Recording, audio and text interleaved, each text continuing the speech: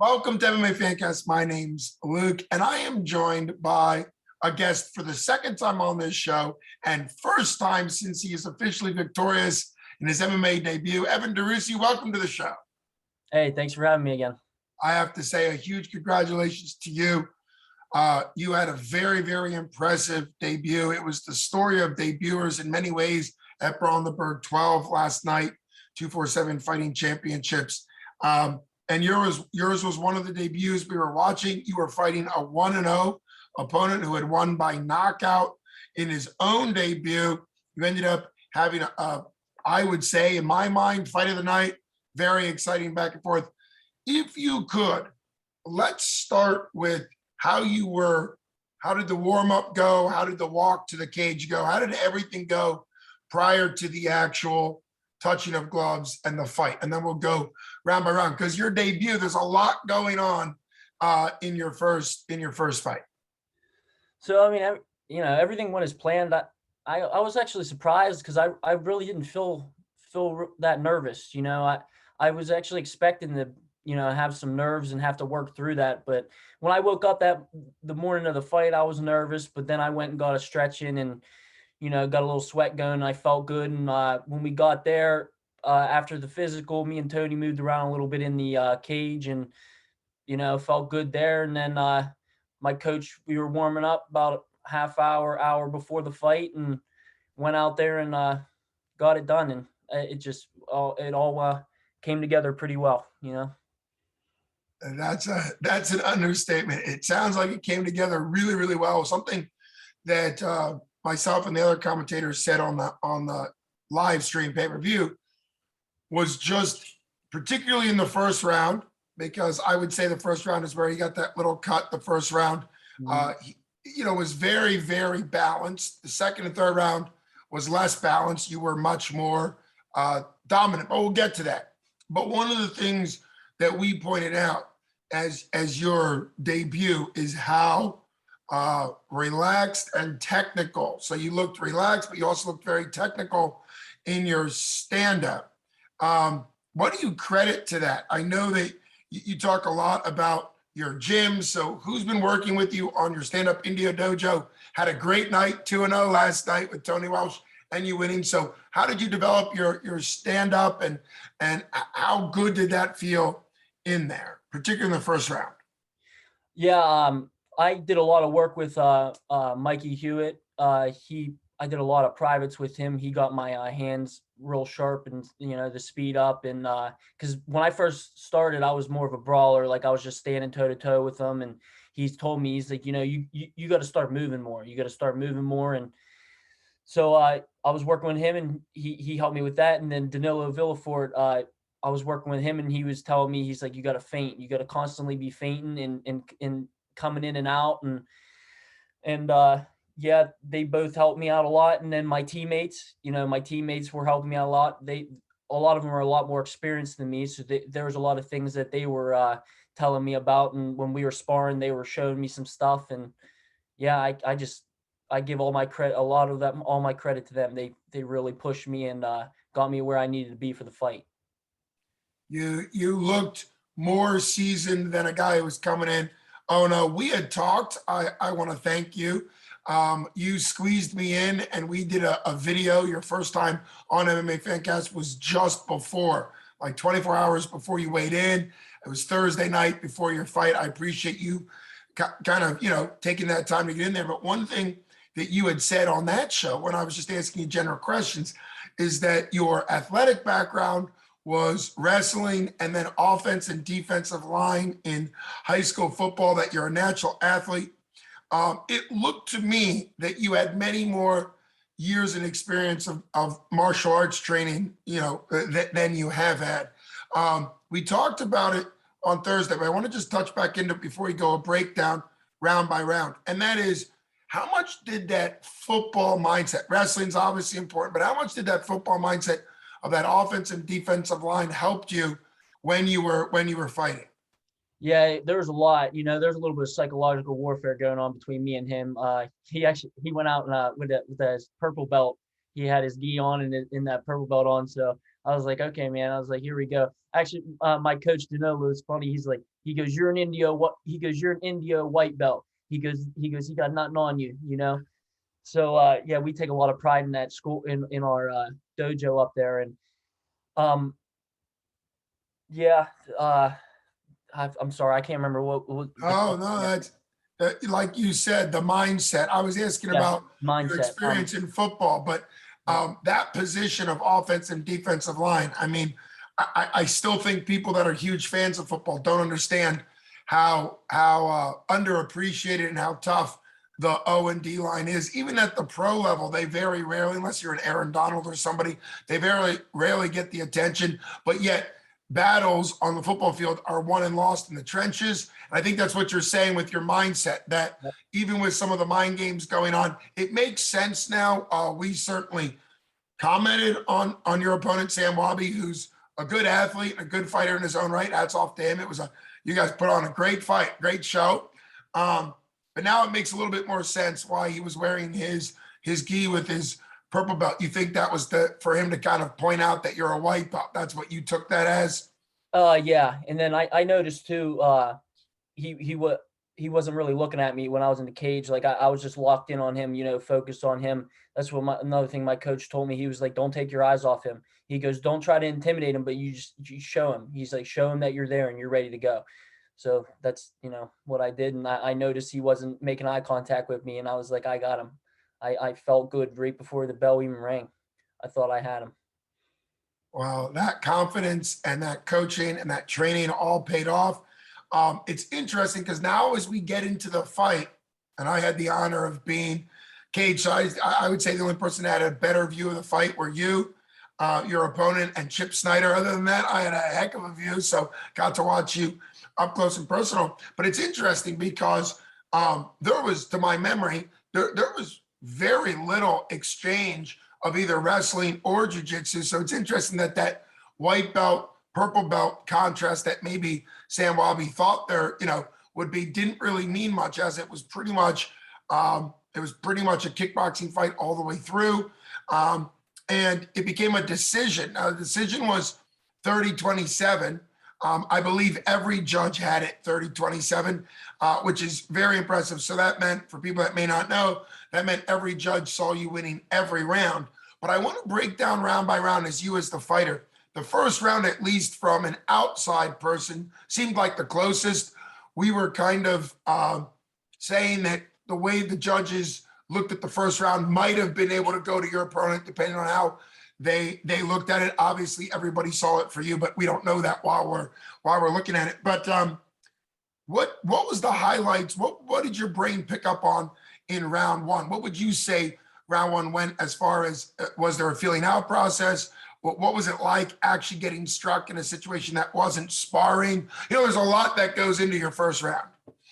So right off the bat, we practice in the gym. That's a small cage, so I want to gain the center as quickly as possible. So I was doing that, and then I like to work my jab hand out. I try to reach out there to gauge the distance on him. I think I landed the first punch of the fight. I'm not sure though. Uh, he caught me with I think it was like an uppercut that split my nose, and that kind of woke me up. I was still kind of I was I wasn't where I needed to be. For that first round, I was still shaking out a little bit. Trying to figure stuff out. And then once he hit me with that, then it flipped the switch on me, and then I started returning back. You know, so. And I think he might have put me up on the fence the first round too. We had a little bit of a clinch battle, and he felt a little bit stronger than me. So I was thinking in my head a little bit. I'm like, I'm going to try to keep us on the feet because I think I'm winning most of the exchanges. So yeah, that's what I did. Try keeping it on the feet, and I know the striking and stuff kept him from being able to take me down too, and my wrestling defense and all that. So. Yeah, I believe there may have been. It's interesting how quickly things happen. And these are 3 2-minute rounds, so they go by very quickly. I think there may have been 1 or 2 times where he maybe initiated, like you're saying, a clinch, or maybe was going to go for the body lock throw, something like that. But from what I remember, you showed really good hips and stayed kind of heavy and based. And I don't think it ever went to the ground. Not to my recollection, maybe for a little bit. I can't. Yeah, he took me. So I had an underhook on him and then an overhook, and then he hit an ankle pick on me and Ah, put me on my butt for a second, and then I went to my hands and knees, and he had me in a front headlock. I think he was trying to go for a choke, and then but I isolated his arm, and my training kicked back in, and I got right back up to my feet, and then we started going again. yeah, that's what it was. I remember there was just a touch. There was just a touch. And obviously from the front headlock or snap down or sprawl control position, depending on what terminology you use, that's basically Anaconda and Darce Yep. City. I mean, that's kind of where those chokes come in. It would make sense that he shot for that. It also shows, and hats off to Danilo. We were talking, obviously, Indio Dojo is really starting to come up big. You've got a lot of fighters, including you and Tony, make your debut yesterday. But Danilo, in his own right, is obviously a legend, tons of experience. But I think it does show the mindset that he gave you, that it's less about the belt ranking of weight, white versus a purple belt. It's more about your technique. So if he's shooting in for either a Darce Anaconda front headlock choke, you isolated the arm, you peeled it off, and you're fine. It doesn't matter if he was a black belt, you're a white belt, or if he's whatever. It's the functional things you do. We've seen that at every level in MMA. Obviously, BJJ is a great sport. I love the fact that people rise up through the ranks and the belts, but we've seen that particularly in MMA, where there's more to worry about than just jujitsu, that black belt sometimes can be very dominant. Black belt sometimes can look a little less dominant. So it really just depends on the technique. So thanks for breaking down the first round. Now you made it. And when I was a coach, I would always tell people like, hey, in between rounds, no matter what the first round felt like, we're gonna try to like focus on the next round, whether it's doing the same thing, whether it's changing the game plan. I had the honor of having the reigning, soon to be defending featherweight 247 pro men's champion with us the whole time.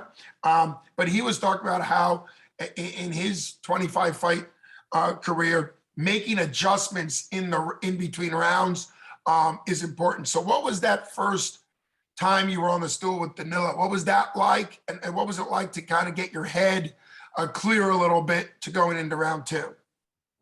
So right off the bat, I felt pretty good in between rounds. I recovered pretty quickly in between rounds. That was a big part of our training camp was conditioning, and because I thought he was gonna have a tough cut, and I knew I would be able to capitalize on the conditioning part.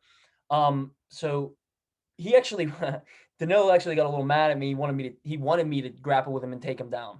He wanted me to show my wrestling because they're such short rounds. You want to get that takedown and show them judges. You get them points. But I wasn't feeling it. I really wasn't feeling the grappling with him. Like I said, I just kept it on the feet and pieced him up. All right, well, let's get to, and this is something I know Danilo as a coach, a good coach in between rounds, is obviously going to point out what they see and what they think might be helpful, but something I'm sure Danilo would agree with. And I always said to all my athletes was, you're the fighter in there. So no matter what a coach says, no matter what idea, and it could be a great idea, it could be a bad idea, or what they say, the fighter is the one that has to go out there and do it or decide to do something else. That's just the reality. And some coaches sometimes obviously want things done their way, and that can be good because sometimes you need it. But other times you're the fighter in there, you felt it. You said pieced them up, which really was sort of the definition of what happened in round two and round three. What do you remember from round two? That's when we saw from a commentary standpoint, that's when we saw the fight very much go over to you as far as the points go. And then at the end of round two, we figured, well, at the worst, it's a 1-1 fight, round around. At that point, we didn't realize it was already 2-0. But what do you think sort of started? What do you remember from round two for you? Yeah, I don't know. I think I remember a couple exchanges that I was winning, but I started feeling him. I started feeling him gas out a little bit.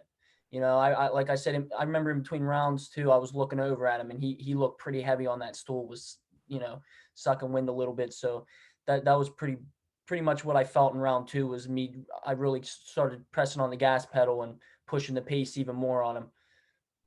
Well, and that's why I think that fight really was the fight of the night as far as entertainment for the crowds go. I think it was in second round, which would make sense, where he started showing some purpling and swelling and bruising on his face. You know, you had mentioned that cut on your nose was kind of the first blood drawn, you know, pretty early in round one, but that was pretty much, at least from the outside, that was pretty much the only damage that you received as far as, but he started getting more purpled, more like that. I know you landed a couple uppercuts. I know you had said that you were kind of looking to time that. So when did you kind of start catching his timing and his head tipping? So I was throwing a lot of overhand rights and hooks, and he started dipping his head and rolling under him. So the third round, I remember I kind of had him up on the fence a little bit, and I was like, please dip again. You know, I'm like, please dip again, because I faked a hook, and then he went to go under it, and then I caught him with that uppercut, and that's what put him down with that uppercut. Yeah. Yeah. I mean, it's very good for a debut fighter to already be something Wolverine Goss pointed out. It's very good for a debut fighter to already be aware of, one, what punches they're throwing. Because let's be honest, it's okay if a very early debut, you know, beginning amateur just kind of throws punches and afterwards go, oh, I don't know what I did. I just threw them. You know, I have had fighters like that. It's not a bad thing. They just have to kind of work on becoming more aware. But it sounds like you were very aware of what punches you were throwing and why. What part of your training, or what developed that awareness? Because the awareness to be able to know what punch you're throwing, fake one, and then time his and counter is it definitely shows a fight IQ that might be a little bit more advanced than a 0-0 at the time fighter. Yeah, we do a lot of light sparring, a lot of play sparring. You know, we'll do heavy sparring here and there, but we try to keep it a little light so nobody gets hurt. So I learned a lot of it there. And then my coaches, they have so much knowledge. It's just, you know, they're just talking through with me while I'm sparring, and they're telling me, you know, you could set this up, you could do it this way, you know, to get them react this way. And then so like, you know, you want to set up a punch, you want to disguise something to set up your actual attack. So that's pretty much what I was doing. I was disguising my attack. And with that, you said in third round, you had that clean knockdown with the rules set. There's no ground and pound, so it really wasn't. You weren't really able to finish him on the ground. But from what I remember, and there was 12 fights. It was a busy night. It was a great night last night. From what I remember, you did go down to the ground with him, and I believe myself, one of the commentary said, "Oh, I wonder why he didn't," because there's maybe 30 seconds to go in the fight, something like that. We were wondering why you didn't back off, make him stand back up, and maybe try again for a clean knockdown, because it looked like that it was such a clean knockdown. It could have been a knockout, but obviously hats off to his toughness. It wasn't a knockout. He was still with it. But did you think about that, or did you just try to stay focused and just felt like you could go on top of it? So when I knocked him down, I kind of didn't know what to do. I was like, should I grapple him or should I stand him back up? I was kind of like stuck in between, and I didn't want to hesitate too much. So I was just like, you know what, I'm just going to throw a couple bombs into his body and then, you know, see where it goes from there. And I saw an opening to me to be able to get side control. So I was going to try to hit a head and arm triangle like my teammate Tony Welsh did, but we were kind of up on the fence and it was like a weird angle. So, but now looking back on it, I could have probably slipped in a couple more shots, because while he was stumbling before he hit the ground, I feel like I could have hit him a couple more times. You know, legally, obviously, he was still up a little bit, but when he was on the ground, I wish I would have now stood him back up and finished him. But well, even with that, I think one of the things you mentioned, your coach, Danilo, in the short rounds, you know, 30 seconds per round is a quarter of the round. So all of the grappling exchanges, even what you did, really is probably a smart thing to get some time. He went down, you went with him. He never put you in danger. You were throwing to the body, which shows intent, which shows aggression. I personally love the head arm triangle, the head arm choke, the triangle choke, because I think it's really, really powerful, particularly from side control or mount. You can set it up and mount. You can maybe finish it in mount, but a lot of times you have to dismount, which is what you were talking about.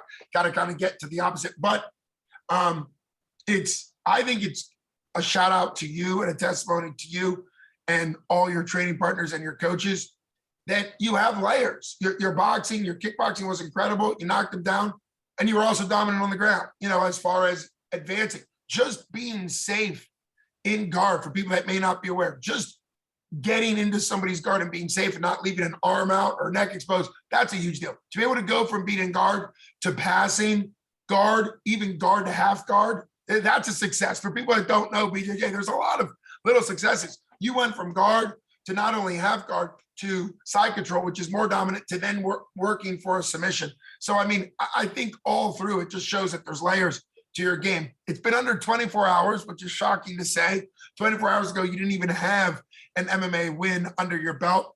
What's the reflection now that you've slept on it?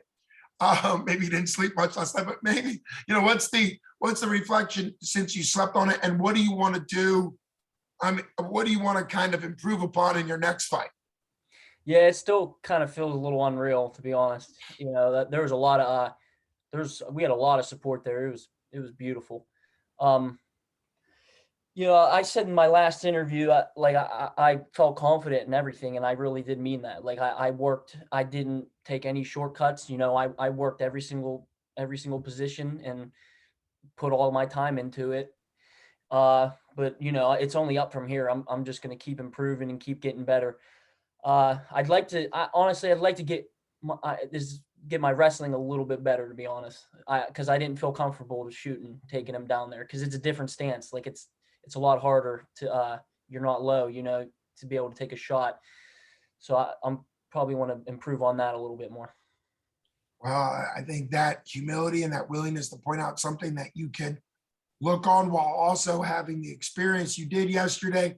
There's so many of those like little micro moments, getting somebody's timing, moving from that play sparring, which is so important, that slap sparring or touch sparring or play sparring, which is really good because it gives your eyes a lot of different looks without a lot of risk, which I think is really smart. I think that is probably a smart way of helping people see it. But it's also great for you to know that there's an area that you can be working on. I'd say even at the highest level, champions are still working on figuring out entry points or things like that. So it's been an honor to have you on the show right before your fight. Obviously, this interview, it's just even more exciting to kind of see your mindset. You were completely correct in your confidence, in your assessment of your training and of your skill set. It's also kind of fun to see that some athletes are just kind of natural fits for MMA, which is what it seems like. Some athletes are maybe a better fit for more of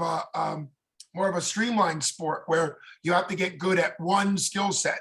MMA, you have to get good at 8 or 9 different skill sets. There are about 8 or 9 different, maybe even more, competitive sports mixed into mixed martial arts, which is just crazy to think of when you think of Muay Thai is its own sport, kickboxing is its own sport, boxing is its own sport, judo is its own sport, wrestling its own sport, jiu-jitsu its own sport. There's a couple different styles of jiu-jitsu. There's karate. I mean, there's so many different sports mixed into mixed martial arts.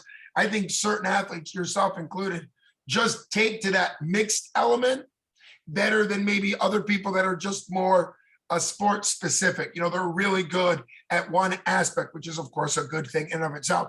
So thanks so much for coming on the show. Can't wait to have you on to preview whatever your next fight is. We really want to follow up with you and follow you going forward. So thanks so much for coming on the show again. Congratulations, and enjoy moving forward in your training and appreciating this big win.